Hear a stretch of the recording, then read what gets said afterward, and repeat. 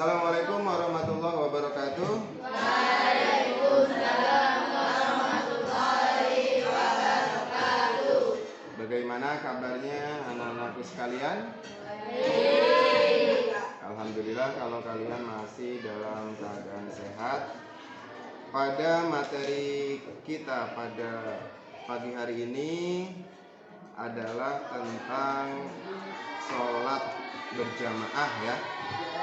Nah, sebelumnya Bapak akan absen dulu untuk mengecek kehadiran kalian.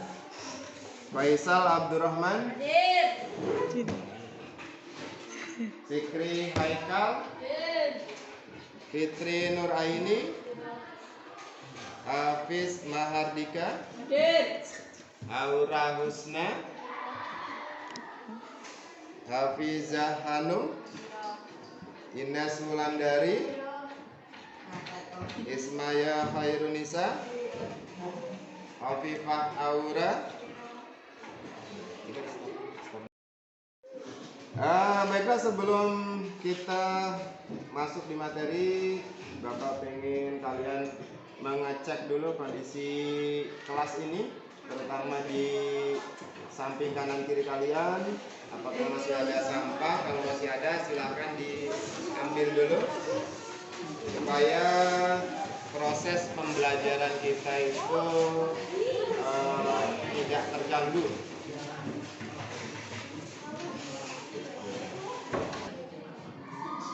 Baiklah anak-anakku sekalian, jadi setelah mempelajari materi pada hari ini yang judulnya berkaitan dengan sholat berjamaah, di sini kita bab 4 adalah indahnya kebersamaan dengan sholat berjamaah. Jadi diharapkan setelah memahami materi ini, kalian bisa mengetahui tentang pengertian sholat berjamaah.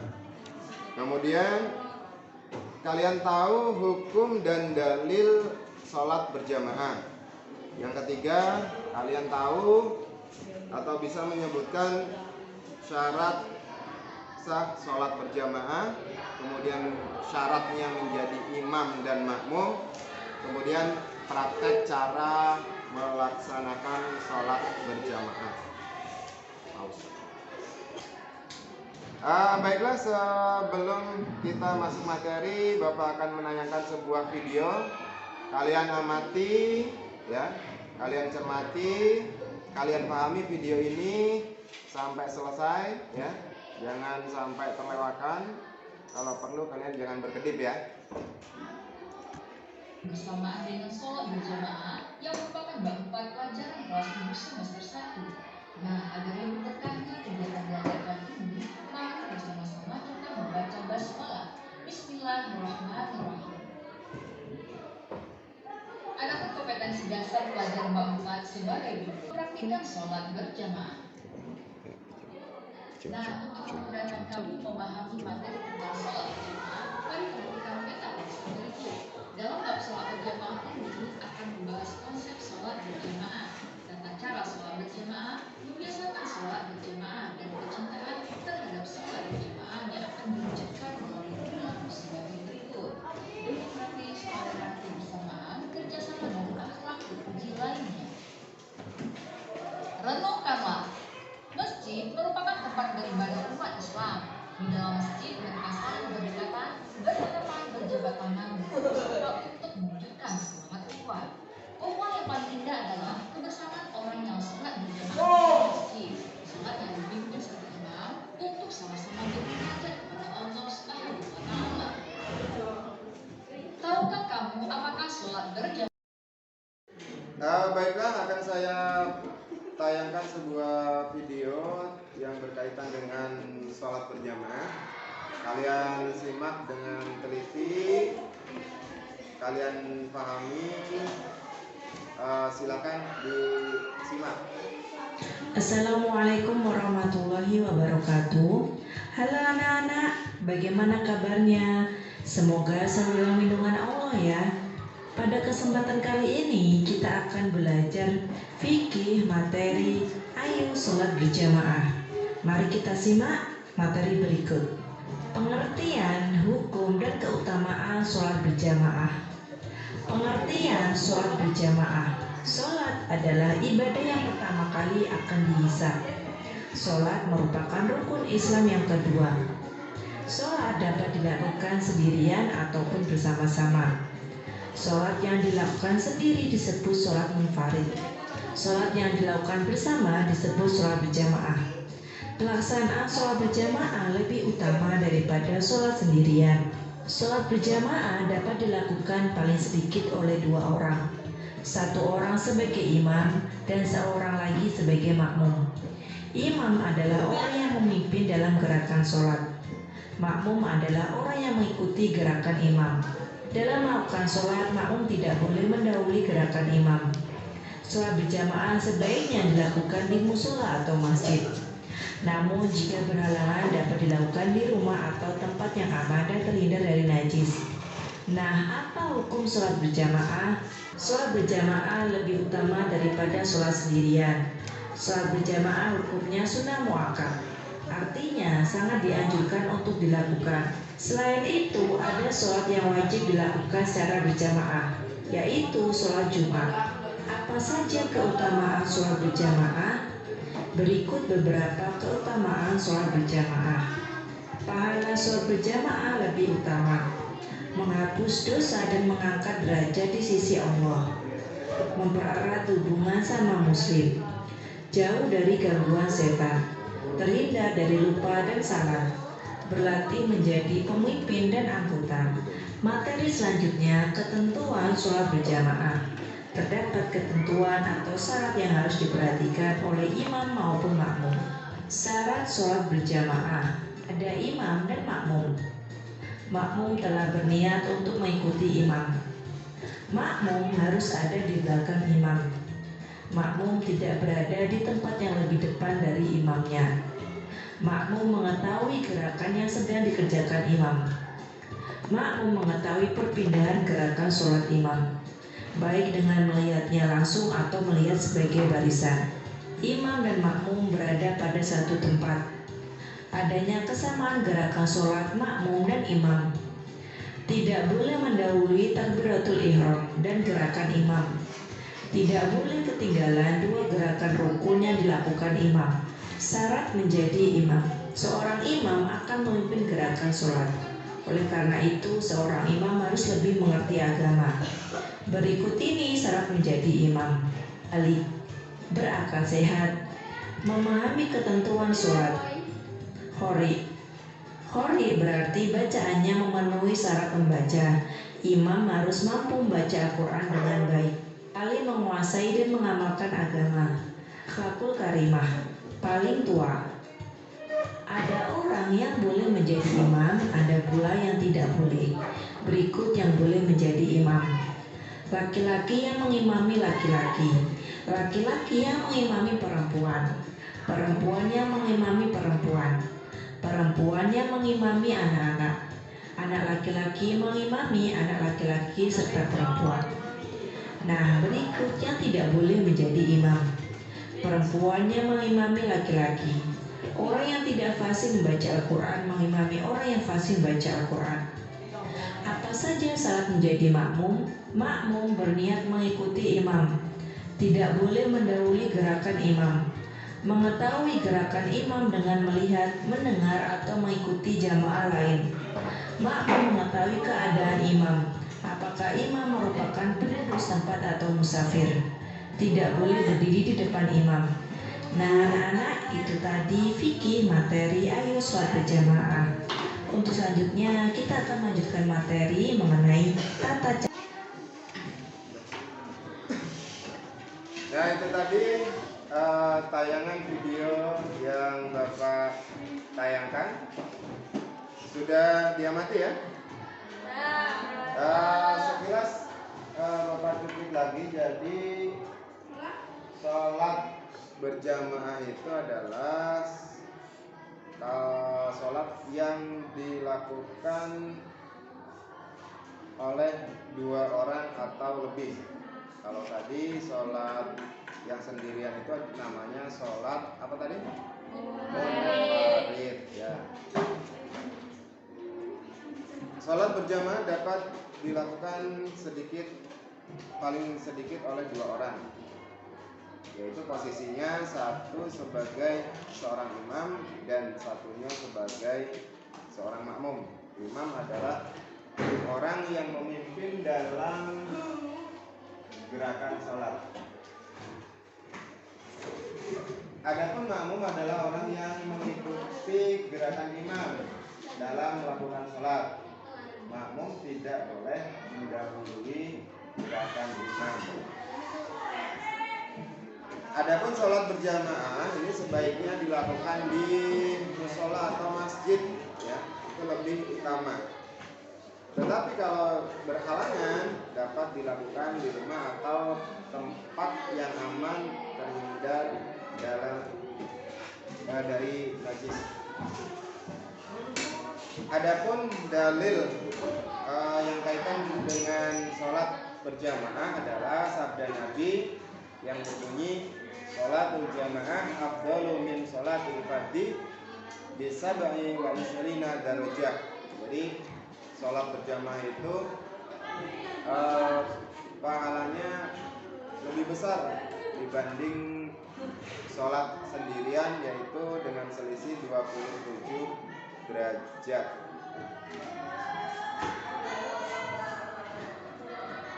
Nah, ini. Sholat berjamaah hukumnya sunnah muakkad, artinya sangat dianjurkan untuk dilaksanakan. Kemudian sebagian ulama mengatakan sholat berjamaah itu adalah fardu kifayah. Selain itu ada sholat yang wajib dilakukan secara berjamaah, yaitu sholat Jumat, ya. Mungkin yang laki-laki nih ya, sholat Jumat. Selanjutnya adalah syarat sholat berjamaah. Yang pertama ada imam, ada makmum, ya. Jadi harus ada imam dan makmum. Yang kedua, makmum berniat mengikuti imam. Jadi kalau apapun yang dilakukan imam, makmumnya harus mengikuti. Makmum harus ada di belakang imam, ya. Jadi jangan sampai makmumnya offset, ya. Harus berada di belakang imam. Makmum tidak berada di tempat yang lebih depan dari imam. Sama. Selanjutnya, makmum mengetahui gerakan yang sedang dikerjakan imam. Jadi makmum itu harus tahu persis gerak-gerik imamnya. Bisa secara langsung melihat makmumnya ataupun melihat makmum yang lain yang ada di depannya. Imam dan makmum berada pada satu tempat, jadi satu lokasi. Tidak boleh makmumnya di musola, imamnya di musola, kemudian makmumnya di kelas ini, gitu ya. Jadi harus satu lokasi supaya bisa tahu gerakan dari imam. Adanya kesamaan gerakan sholat makmum dan imam. Ketika imamnya takbiratul ihram, otomatis makmumnya pun mengikuti. Ketika imam rukuk, makmumnya pun rukuk. Tidak boleh mendahului takbiratul ihram dan gerakan imam. Jadi makmum itu di belakang, ya, belakangan. Ketika gerakan pun dia belakangan, tidak boleh mendahului. Tidak boleh ketinggalan dua gerakan rukun yang dilakukan imam.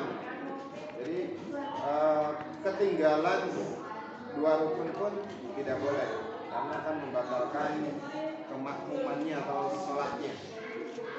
Kemudian syarat menjadi imam yang pertama adalah balik, ya. Balik, tahu balik, ya. Kemudian berakal sehat. Berakal sehat itu berarti tidak gila. Memahami ketentuan sholat, tahu apa rukun dan syarat sholat dan hal-hal yang membatalkan sholat, ya. Kemudian qari itu maksudnya adalah orang yang fasih membaca Al-Quran. paling menguasai dan mengamalkan agama. Jadi orang itu orang terpandang lah ya, disusul dengan berakhlakul karimah ya. Kalau orang yang hanya sore-sore kok pakai kolor ya, kelihatan dengkulnya ataupun singletan saja kok jadi makmum itu ya, jadi imam itu ya kurang pas ya. Kemudian paling tua ya, jadi dari segi umur pun itu diperhitungkan. Tapi kalau nggak ada yang tua, adanya yang muda tapi fasih ya itu jadi makmum pun bisa jadi imam ya.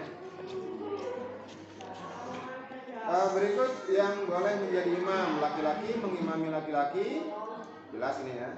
Laki-laki mengimami perempuan, kemudian perempuan mengimami perempuan, atau perempuan mengimami anak-anak ya. Anak laki-laki mengimami anak laki-laki serta perempuan. Yang tidak boleh menjadi imam adalah perempuan mengimami laki-laki. Orang yang tidak fasih membaca Quran mengimami orang yang fasih membaca Quran. Jadi terbalik ya. Syarat makmum sekarang. Makmum berniat mengikuti imam yang pertama. Tidak boleh mendahului gerakan imam. Mengetahui gerakan imam dengan melihat, mendengar, atau mengikuti jamaah lain. Ini dalam satu lokasi. Makmum mengetahui keadaan imam, apakah imam merupakan penduduk setempat ya, atau musafir. Jadi tahu.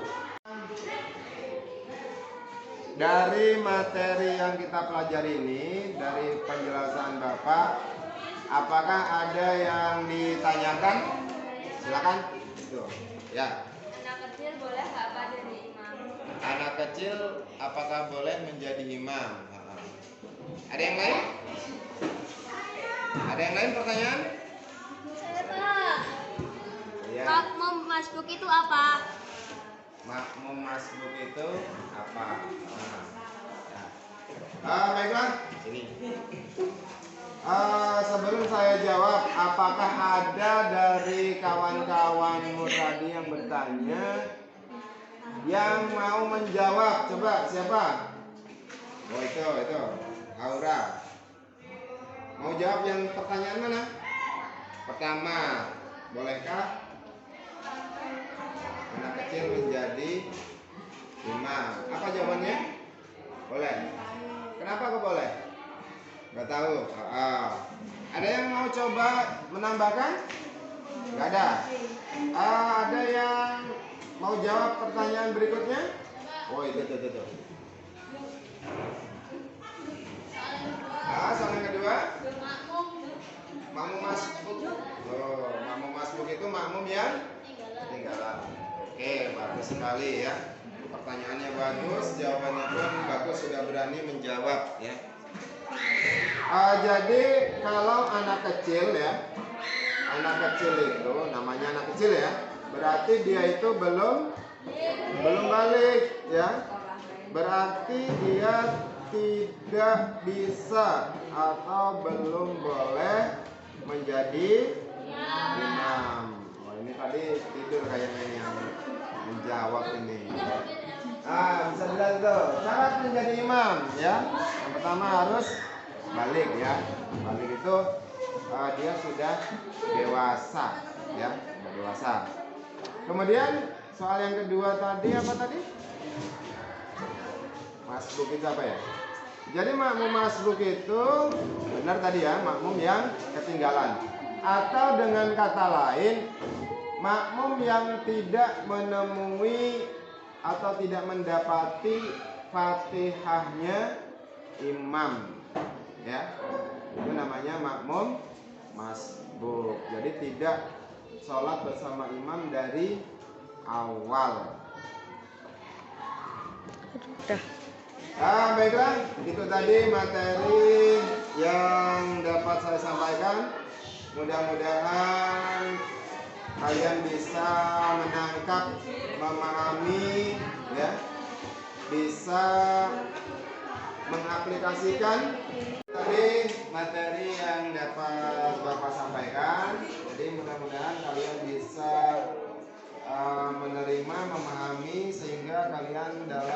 melaksanakan sholat berjamaah itu kalian tahu syarat-syaratnya, ya, baik syarat menjadi imam ataupun makmum, dan kalian bisa mengaplikasikan atau mempraktekkan kegiatan sholat berjamaah baik itu di rumahmu masing-masing ataupun di masjid atau mushola. Sekian dari Bapak. Saya Assalamualaikum warahmatullahi wabarakatuh.